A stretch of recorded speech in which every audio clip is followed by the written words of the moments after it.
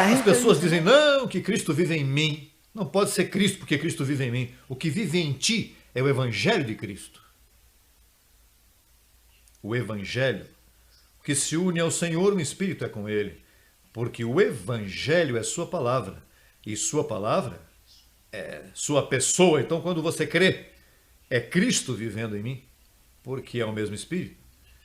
Não é que Cristo vive em ti, que se meteu, se sentou num troninho por aí. Tens que entender o que diz o apóstolo Paulo. Diz a palavra, a qual atua poderosamente nos crentes. A palavra é que te cura. Por isso que aqui não há enfermos, porque tu te curas mesmo em tua casa. Se fosse eu o que curava, pois então tu terias que esperar chegar na igreja. Tem visto como as pessoas chegam na igreja para pedir para o pastor orar por eles? A mim ninguém me fala isso. Olhe você. Isso é como se você tivesse $10 e me diz, apóstolo, você tem $10, mas você não tem 10? Usa o teu. Se temos o mesmo, não? Bom, o tema de hoje é para seguir explicando que Jesus Cristo, homem, e o anticristo são uma mesma pessoa. O que acontece é que ele já tem em suas cabecinhas que anticristo é contra Cristo, o ressuscitado. Mas anticristo, primeiro anticristo foi Paulo. Por que Paulo?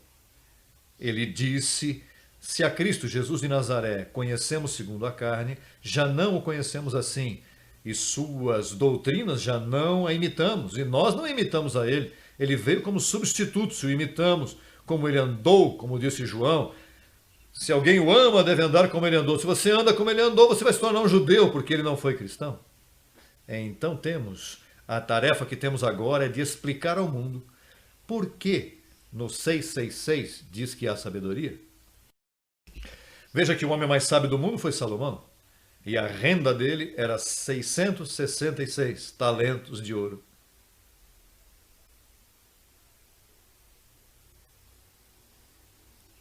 Seis é um número bonito, mas como a religião ao bom chamam mal e ao mal chamam bom, e a ignorância que tomou lugar por 2000 anos é tão grande, em Roma que não explicou nada, porque ali ninguém sabe nada, o papado não sabe nada de graça, pois então enganaram as multidões através dos anos. E ninguém se parou para falar, porque aqui ninguém estava suposto a falar.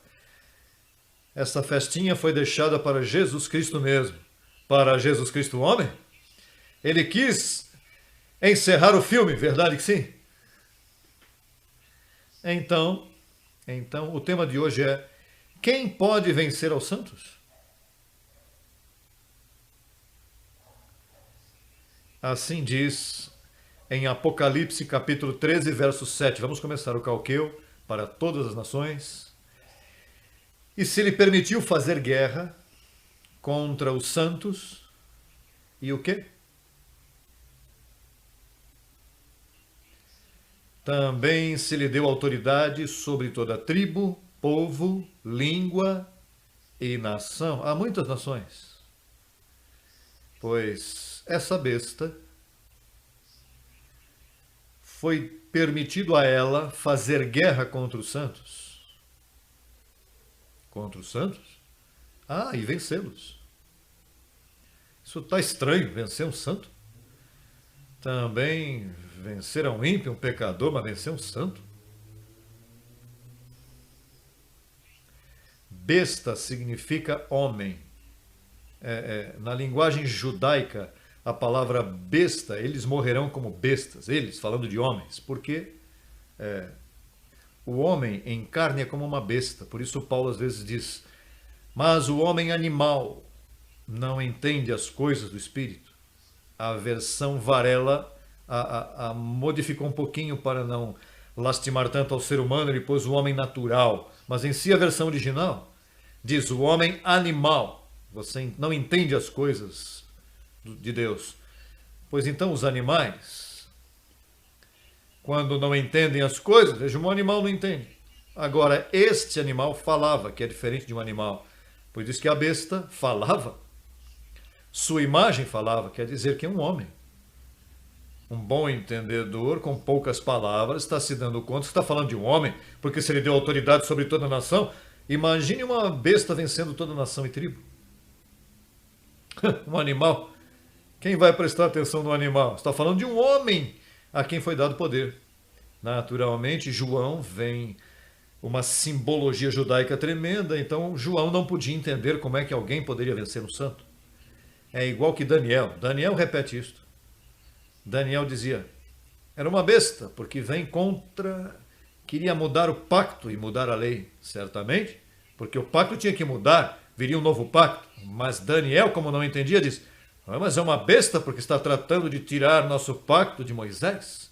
Mas certamente tem que tirá-lo, tinha que mudá-lo.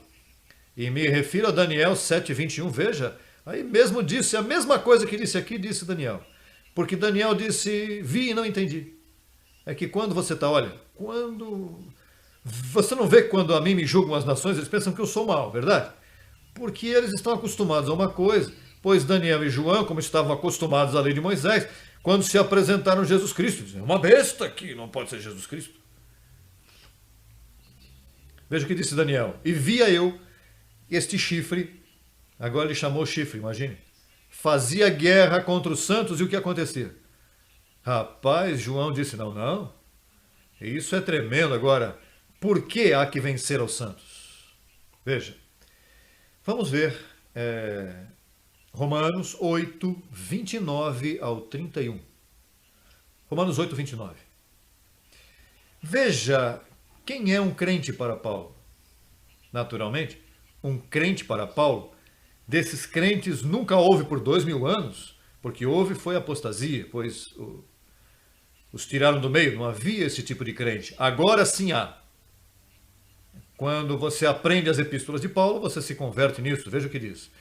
Porque aos que antes conheceu, isso é antes de tomar corpo, ou seja, esses são os espíritos que Deus criou no céu e que fez participar de carne. Por isso é que Hebreus 2,14 diz, porquanto os filhos já eram filhos, porquanto os filhos participaram de carne e sangue, Deus também participou do mesmo para destruir o diabo. Então, aos que antes conheceu, também o quê? Essa gente vem consertada de fábrica. Isso não é por obras, isso não é porque você é inteligente, diz, eu sim que tomei uma boa decisão, pelo meu livre-arbítrio. Aqui o livre-arbítrio é uma mentira tremenda.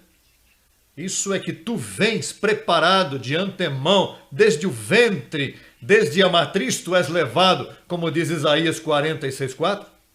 Diz, aos que antes conheceu. Alô, está falando de Jesus Cristo, o homem. Isso nenhum ser humano pode falar assim. Porque as cabeças humanas não têm este material aqui. Esse chip foi apagado. Isso só eu trouxe, por isso você está entendido, por isso você é tão feliz, porque o próprio Jesus Cristo explica os mistérios que estavam escondidos. Diz, porque aos que antes conheceu, não os abandonou, também os predestinou para que fossem feitos conforme a imagem de seu filho. Quase nada. Qual é a imagem tua no Espírito? Igualzinho a que Jesus Cristo. Por isso é que tu és um tesouro em um vaso de barro. Tu és um tremendo anjo que tu és. Se te vês em carne, vai seguir sofrendo. Se te vês no Espírito, vai, supera. O que eu faço me metendo nesse corpo? Muda-me isso. Eu quero, imagine.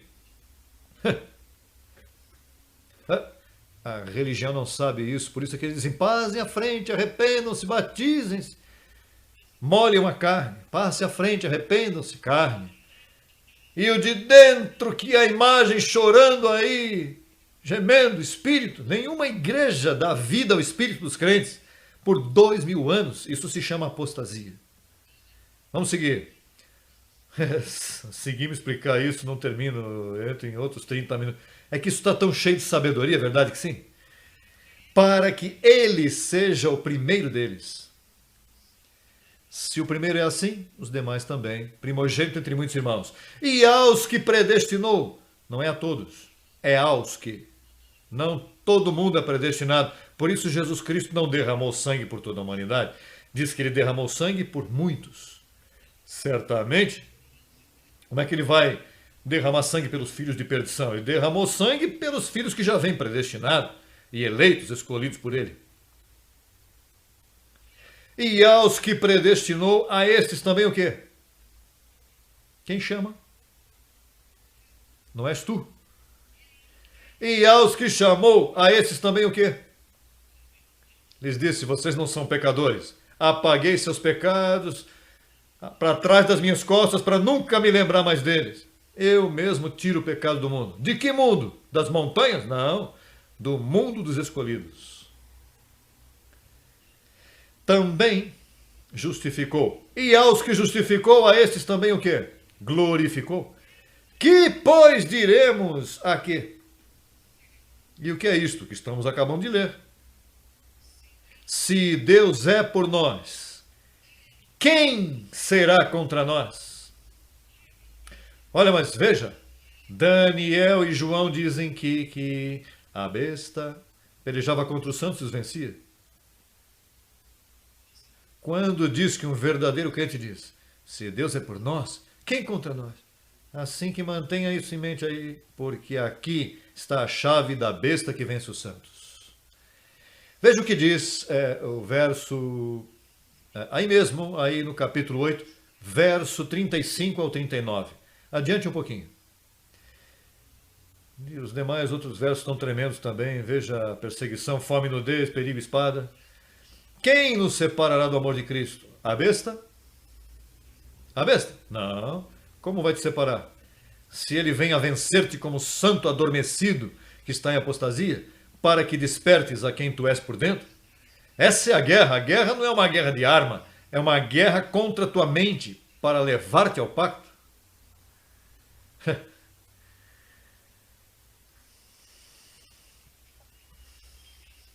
Isso é. Você vai ver agora mais claro, diz, quem nos separará do amor de Cristo? Tribulação? Besta? Angústia? Perseguição? Fome? Desnudez? Perigo? Espada? Como está escrito, por causa de ti somos mortos todo o tempo, somos contados como ovelhas no matadouro. Antes, em quantas? Somos mais que o quê? Ah, porque a besta diz que vencia os santos. Não, este tipo de santos, eram os santos adormecidos, os que estavam dizendo. Somos mais que vencedores por meio daquele que nos amou, pelo qual estou seguro de que nem bestas, nem morte, nem vida, nem anjos, nem principados, nem potestades, nem o presente, nem o porvir, nem o alto, nem o profundo, nem nenhuma outra coisa criada nos poderá separar do amor de Deus que está em Cristo Jesus, Senhor nosso. Olha!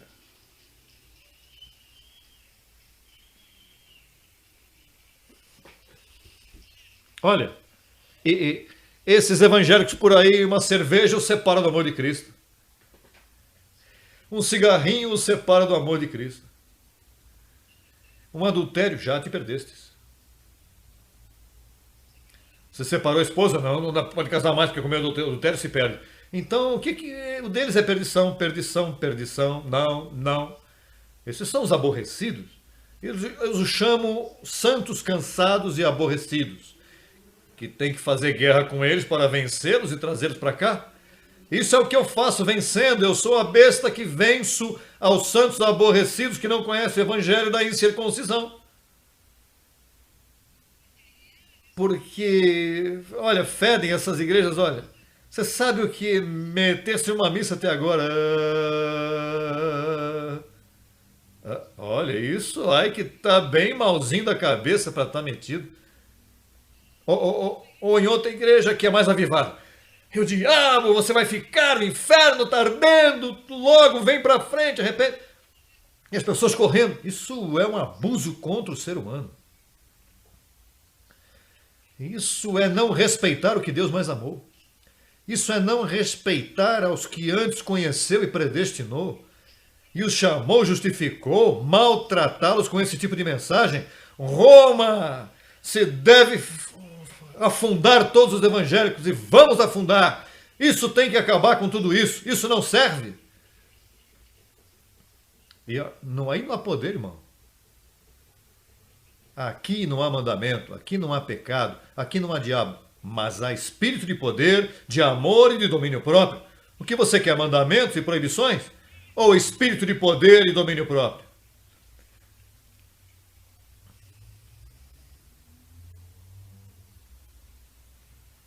Ah, meu pai.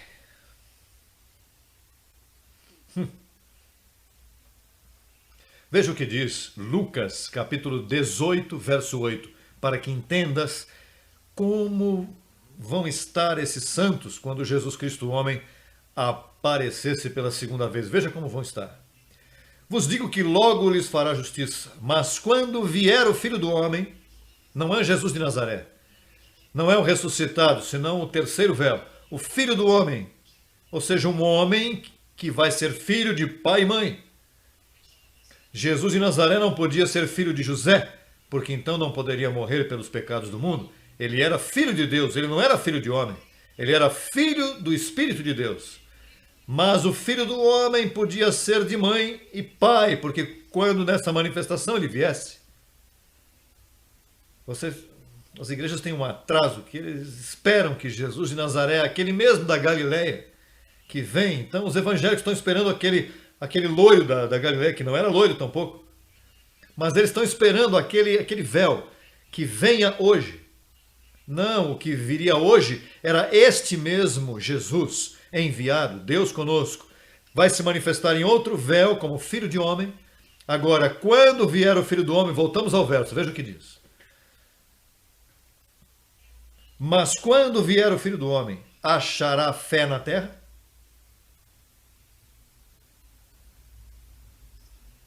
Se não achará fé, o que achou? O que é contrário à fé? A apostasia? Então, eu cheguei e olhei e escutei todas as escolas de interpretação que você possa imaginar. E não havia fé, que havia eram obras. Havia missas, obras, sacrifícios, cerimônias.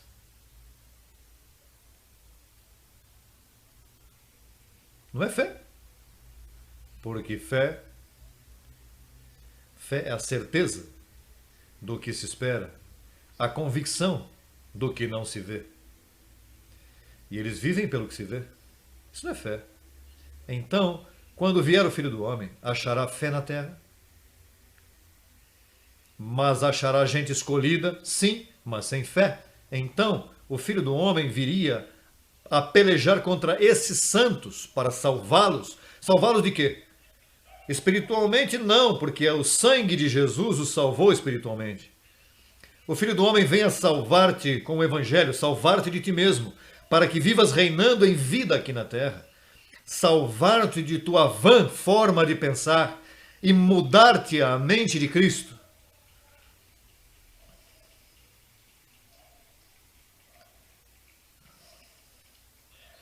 Paulo profetizou isso, Atos 20, 29. Veja o que disse Paulo na desaparição desse apóstolo, quando ele sabia que iam matar em Roma. Paulo disse: veja o que vai acontecer com vocês.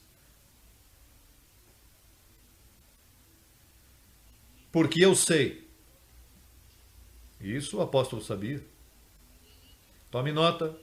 Olha, quando te perguntarem, porque eu sei que depois de minha partida, não a partida de todos, a minha, pessoalmente, depois que eu desaparecer, tudo vai acabar, porque Pedro não conhece graça, João não conhece, os apóstolos não conhecem graça. Eles o que conhecem é o evangelho da circuncisão.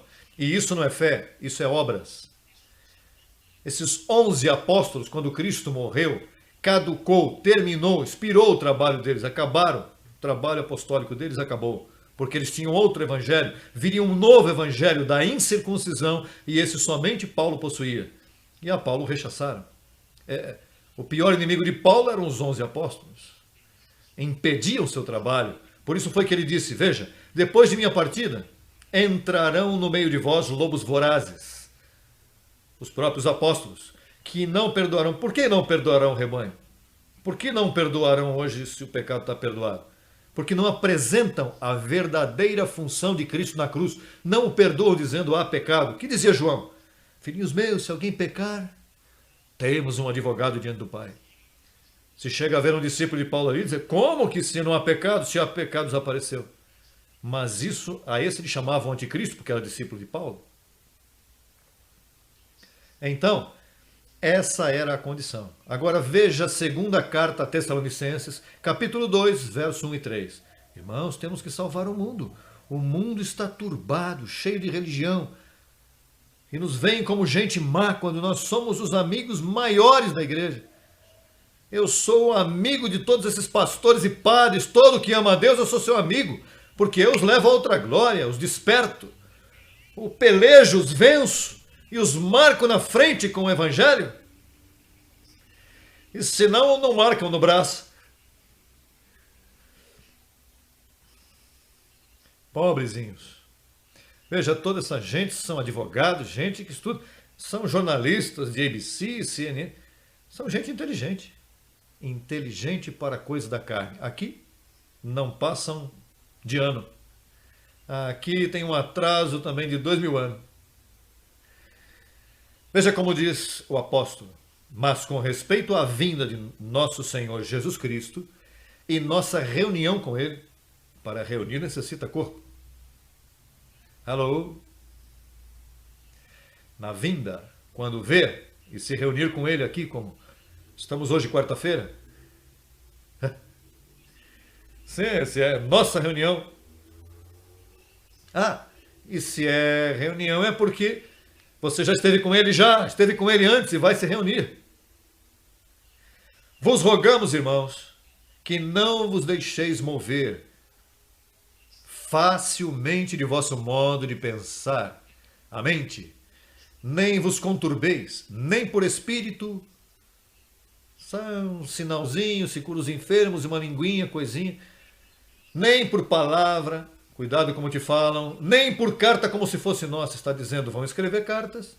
Veja, por aí vem 1 Pedro, 2 Pedro, 1 de João, 2 de João, 3 de João, Judas, Apocalipse, Tiago. Vão escrever cartas que não são minhas, são da circuncisão. As minhas chegam de Romanos a Hebreus. Se você não sabe isso, não sabe nada.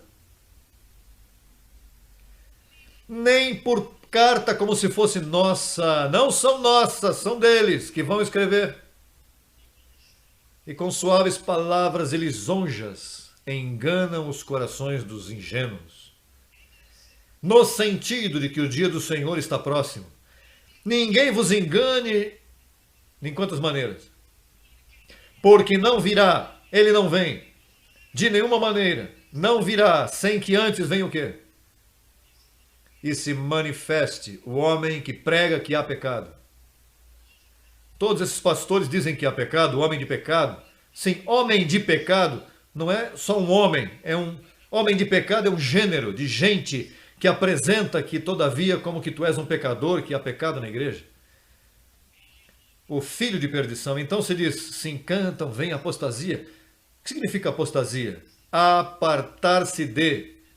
Em si, o termo no grego é apartar-se de fogo, apartar-se de um perigo. Neste caso é apartar-se da fé. E o que diz Lucas? Quando vier o Filho do Homem achará fé? Não, encontrou uma igreja apóstata.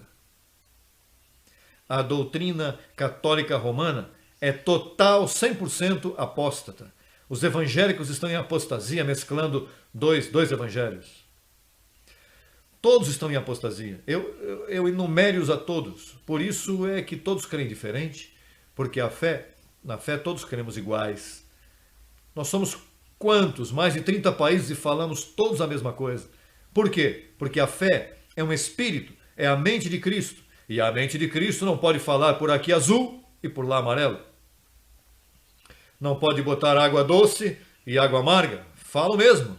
Por isso é que nós cantamos igual em qualquer idioma, onde estivermos. Isto é a mesma coisa, não se necessita manuais, porque há um só manual. E há um só pastor, que é o grande pastor das ovelhas, Jesus Cristo homem. Um mesmo ensinamento.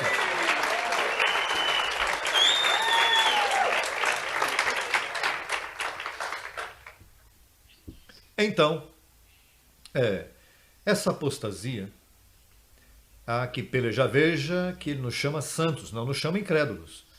são santos, mas não são crentes, porque estão em apostasia. Um santo que está em fé é um santo e é crente, crê corretamente. Agora, se é um santo porque é um predestinado, é escolhido, esta hora mesmo estão aí fazendo o sinal da cruz por aí, jogando água benta. E é um santo, tem que pelejar contra essa ignorância. Eu tenho que pelejar com o mundo inteiro para poder vencê-lo e dizer, olha, a fé está no evangelho da incircuncisão.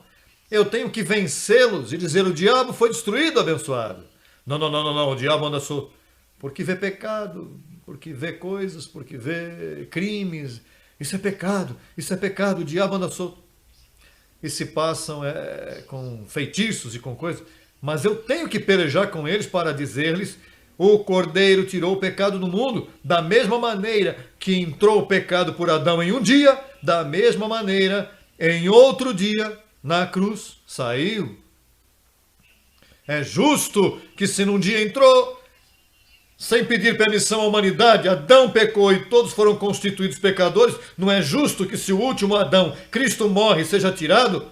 É certamente que é justo.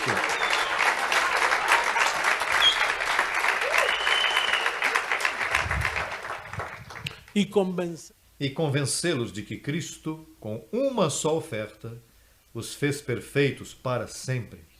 Diga quem está ao teu lado, tu estás perfeito. Diga, eu honro o sangue de Cristo.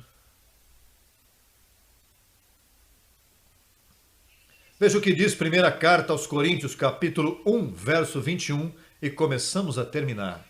Pois já que na sabedoria de Deus, a lei de Moisés, que naquele tempo, 2000 anos atrás, era a sabedoria de Deus, essa era a ciência de Moisés, já que na sabedoria de Deus o mundo não conheceu a Deus mediante a sabedoria, agradou a Deus salvar aos incrédulos. Por meio de quê? Qual pregação? A da graça? É uma loucura dizer-te que em ti não há pecado, com toda essa debilidade que tu tens em cima, mas que eu travesso que eu sou quando eu penso, mas é uma loucura. Cristo tirou o pecado, você não é nenhum pecador.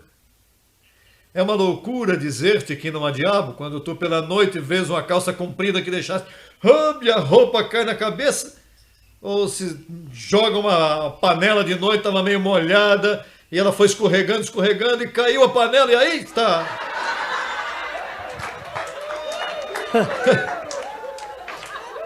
É uma loucura dizer-te, esqueça, que isso foi um ruído. Sim, mas é que eu sonhei que ia correr e não podia, e vinha isso, e eu fiquei paralisado. Isso é a carne. Essa é a feitiçaria de tua carne danificada. Não há nada mal por aí. Olha, eu mesmo passo de vez em quando por lugares escuros, que eu tenho que caminhar por lugares assim, e sinto um frio nas costas e digo, ai, faz calor assim, que esse frio vem, porque minhas costas, não há nada nas costas. La carne. A carne.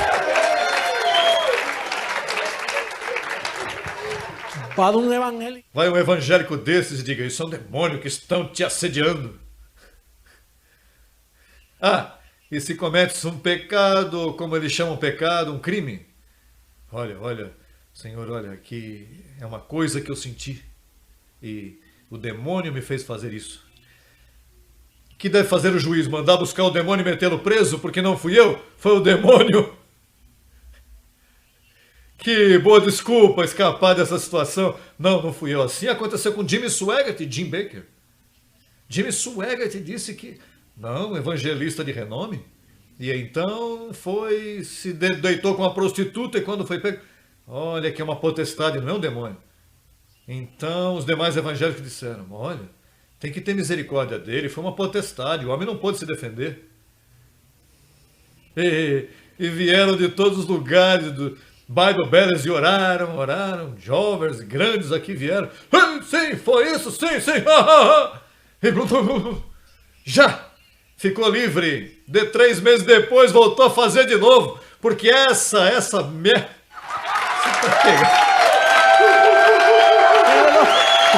Você está metido em tua carne, chico. Você está metido em tua carne, rapaz. Não.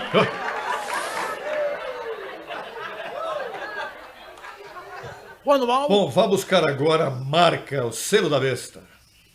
E se tem alguém aqui que não está selado, aposto, eu quero esse selo. E esse não é o da carne. Veja que lindo está em Efésios 1:13. Esse é o selo que nós colocamos. É a mente, naturalmente.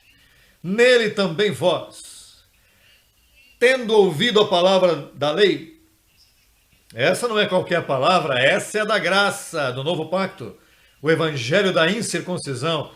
Havendo ouvido a palavra da verdade, o evangelho de vossa salvação, e havendo crido nele, fostes, aí está o selo da besta, selados com o Espírito Santo da promessa. Esse foi o selo que Papai Deus te pôs.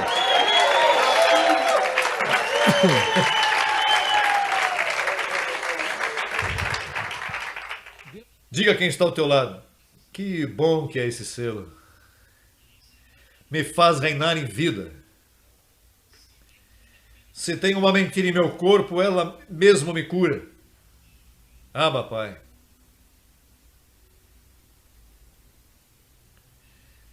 Ah, papai. Que bom é estar selado com esse espírito. Imagine, sempre te leva em triunfo. Você sabe que a nossa linguagem todas as promessas são no se sim e o amém. Você sabe por que as famílias estão destruídas? Pois a mim me está que tudo vai ser em vão. E tudo vai mal. E eu vejo meu filho mal. E a mim me está que o matrimônio de minha filha vai também mal. E a mim me está que o governo vai mal. E as coisas estão más.